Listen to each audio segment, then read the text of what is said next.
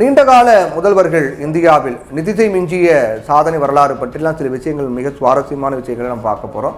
இந்தியாவில் அதிக கால முதலமைச்சர் பதவியில் இருந்தவங்க பட்டியல் குறித்து சில முக்கியமான தகவல்களாக நம்ம பார்க்குறோம். அப்படின்னா, பீகார் சட்டப்பேரவை தேர்தலில் தேசிய ஜனநாயக கூட்டணி 202 தொகுதிகளில் அமோக வெற்றி பெற்று இது மூலமாக ஆட்சியை தக்க வச்சிருக்காங்க. பீகார் முதல்வராக நிதிஷ்குமார் மீண்டும் பதவியேற்றார். 10வது முறையாக அவர் முதலமைச்சர் ஆகிறார். 10வது முறையாக முதலமைச்சர் அப்படின்னு ஆச்சரியம் இருக்கும்.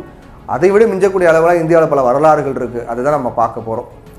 அந்த வகையில் பார்த்தோன்னா, இந்தியாவில் அதிக கால முதலமைச்சர் பதவியில் இருந்தவங்க பட்டியல் பார்க்குறோம். அப்படின்னா, பவன்குமார் சாம்லிங், நவீன் பட்நாயக், இவங்க எல்லாம் அடுத்தடுத்த பேர் இருக்காங்க அப்படிங்கிறத பார்க்குறோம். அதாவது முதல்ல யாருன்னு பார்த்தோம் அப்படின்றது பவன்குமார் சாம்லிங் இந்தியாவினுடைய மிக நீண்ட கால முதலமைச்சராக பணியாற்றியவர்களை இவர் தான் முதலிடத்தில் இருக்கார்.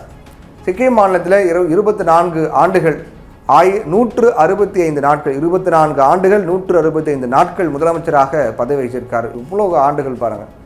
அவருடைய கட்சியான சிக்கிம் ஜனநாயக முன்னணி தொடர்ந்து 5 முறை 94, அதாவது 1994, 1999, 2004, 2009, 2014ன்னு தொடர்ச்சியாக வெற்றி பெறாங்க. இதன் மூலமாக அவர் 1994 டிசம்பர் 12ஆம் தேதி முதல் 2019 மே 26 வரை தொடர்ந்து முதலமைச்சராக இருந்திருக்காரு.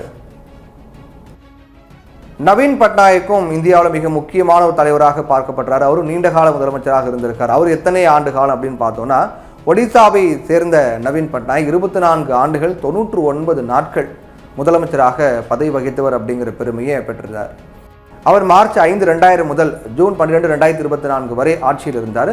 2024ஆம் ஆண்டு நடைபெற்ற சட்டப்பேரவை தேர்தலில் பட்நாயக்கினுடைய பதவி காலம் முடிவுக்கு வருது. அப்போ பாஜக 147 சட்டமன்ற தொகுதிகளில் 78 இடங்களை பெற்று பெரும்பான்மையை பெற்றாங்க. அடுத்து மிக முக்கியமான பார்க்கறது யாருன்னா ஜோதி பாசு. இந்திய அரசியலில் ஒரு உயர்ந்த நபராக கருதப்படக்கூடிய ஜோதி பாசு தொடர்ந்து 23 ஆண்டுகள் 137 நாட்கள் மேற்கு வங்கத்து மாநிலத்து முதலமைச்சராக இருந்தவர் அப்படிங்கிற பெருமைக்குரியவர்.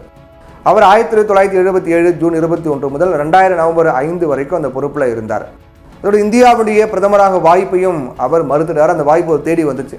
2010ஆம் ஆண்டு அவர் உயிரிழந்தாருங்கிறதும் குறிப்பிடத்தக்கது. அடுத்து யார் மிக முக்கியமாக பார்க்க போகிறோம் அப்படின்னா, கெகாங் அபாங்.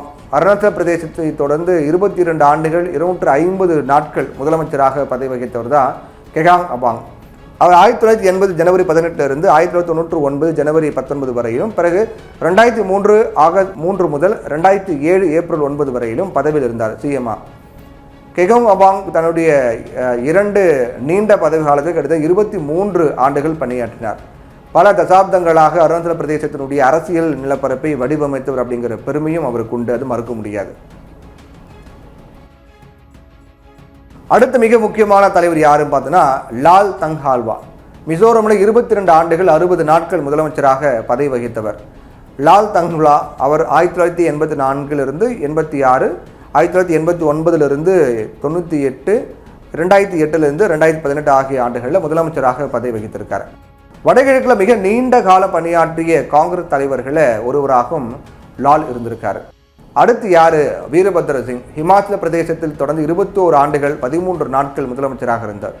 வீரபத்ர சிங் பார்க்கும்போது 1983 90 வரைக்கும், அதாவது 1990 வரைக்கும், 1993 1998 வரைக்கும், 2003 2007, 2012 2017 ஆகிய ஆண்டுகளில் முதலமைச்சராக இருந்திருக்கார்.